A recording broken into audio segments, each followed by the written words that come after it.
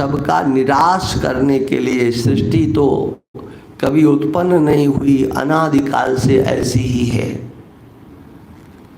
ये शास्त्र विरोध वचन होने के कारण हम पूर्व मीमांसकों का खंडन करते हैं। क्यों खंडन करते हैं? ये जो झरोखों से शाम को सूर्यास्त हो रहा हो और झरोखे से सूर्य को किरणें आ रही हो, तो उसको जब आप लोग देखते हैं तो उसमें ऐसा लगता है कि धूल के कण जो है वो दिखाई पड़ते हैं। अच्छा ये बताओ, वो उससे सूर्य से आते हैं क्या? सूर्य के किरणों के साथ बाहर से आते हैं या वहां होते हैं? कभी विचार किया? वहीं होते हैं लेकिन हमको दिखाई नहीं पड़ते। हाँ, वो जो दिखाई पड़ने वाला है, हाँ, उड़ता, ऐसा लगता है कि उड़ रहा है। हाँ, उसके भी 100 टुकड़े करो, हो सकता है क्या? एक उसमें से पकड़ो, हाँ, कल्पना करो कि 100 टुकड़े कर दें इसके। सोचो उसके कितने भाग हो सकते हैं, लेकिन वो त्रिश्रेणु भी नहीं है। हाँ, पहले अणु, फिर द्विणुक, फिर त्रिश्रेणु, त्रिश्रेणु, ऐसे चलता है। तो अंत में जाकर के वह सूक्ष्म अवस्था जिस अणु का दर्शन नहीं किया जा सके, उसको अणु बोलते हैं, परमाणु बोलते हैं। उससे सृष्टि होती है। उसमें कहाँ है बताओ? उसको हम क्या कहेंगे? साकार कहेंगे कि निराकार कहेंगे? जिसकी आकृति नहीं है वो निराकार ही, अव्यक्त ही कहा जाएगा। बोले वो फिर धीरे धीरे 1 से 2 मिले, 2 से 3 हुए, ऐसे ऐसे ऐसे परमाणु मिलते चले जाते हैं, पृथ्वी बन जाती है इसी तरह से। हाँ, सब बन जाते हैं। परमाणुओं से सृष्टि है, प्रकृति से सृष्टि है। लेकिन मूल में कौन बैठा हुआ है? व्यक्त बैठा है कि अव्यक्त बैठा है? मूल स्वरूप उसका क्या है?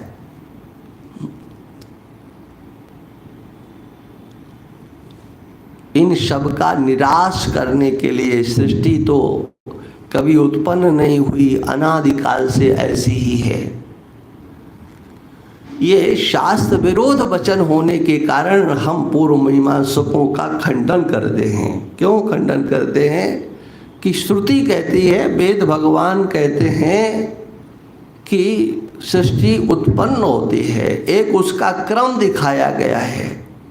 वेदों में क्रम है सृष्टि का, और आप कहो कि सृष्टि होती नहीं है, तो ये क्रम किसके लिए दिखाया गया है? कभी न कभी तो हुई है। आप कहते कभी नहीं हुई है, तो ये वेदों का जो ज्ञान है,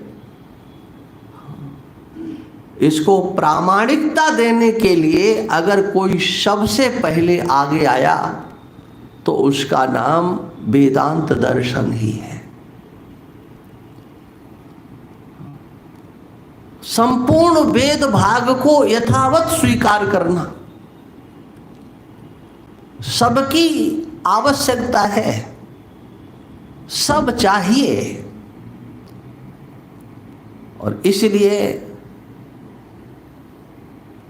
जो वेदांत दर्शन है, हाँ, स्वरूपतः तो फिर वही है। कौन? कुछ है ही नहीं, है ना? सृष्टि कभी हुई नहीं है।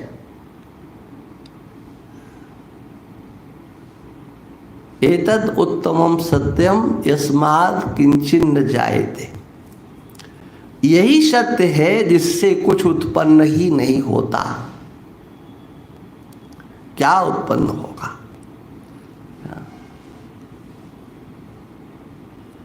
कुछ उत्पन्न ही नहीं हुआ है, सृष्टि हुई नहीं है।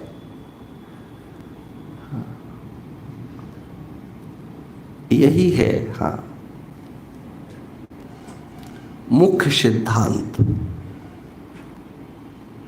मैं तो हूं लेकिन दूसरा कोई नहीं है।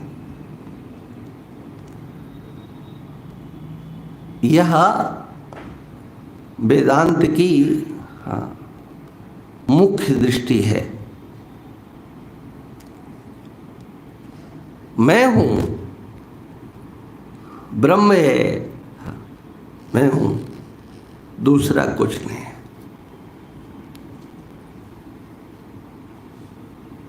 किंतु फिर प्रश्न हुआ कि उपनिषदों में जो सृष्टि का क्रम है, वेद भगवान जो सृष्टि का क्रम वर्णन करते हैं, वो तो है कि नहीं है?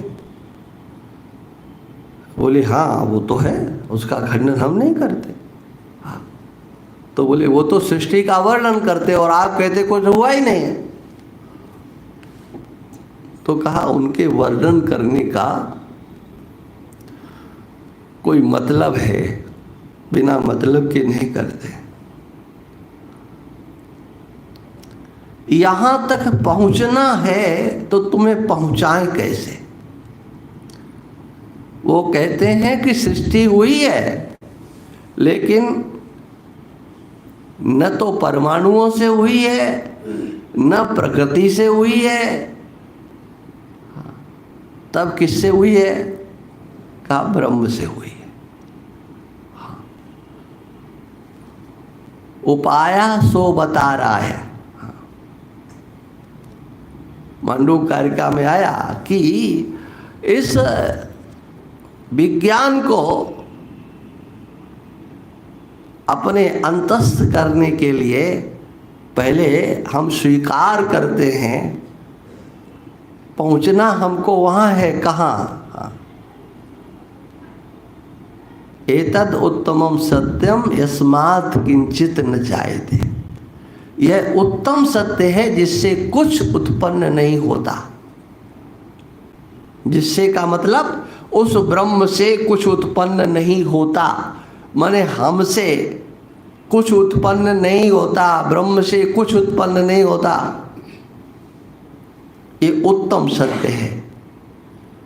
लेकिन यह उत्तम सत्य धारण करने के लिए दिखाई देने वाले समग्र प्रपंच के संबंध में जो परिकल्पनाएं की गई हैं, उन समग्र परिकल्पनाओं को शांत करने के लिए वेदांत दर्शन कहता है ब्रह्म से सृष्टि हुई है। ब्रह्म से सृष्टि मानो। अच्छा, ब्रह्म से सृष्टि हम मानते हैं तो देखो जहां ये कहा गया यतो वा इमानि भूतानि जायन्ते येन जातानि जीवन्ति यत् प्रयन्ति तद ब्रह्म, सीधे उसका लक्षण किया गया वह ब्रह्म है। स्वरूपता तो सत्यम ज्ञानम अनंतम ब्रह्म।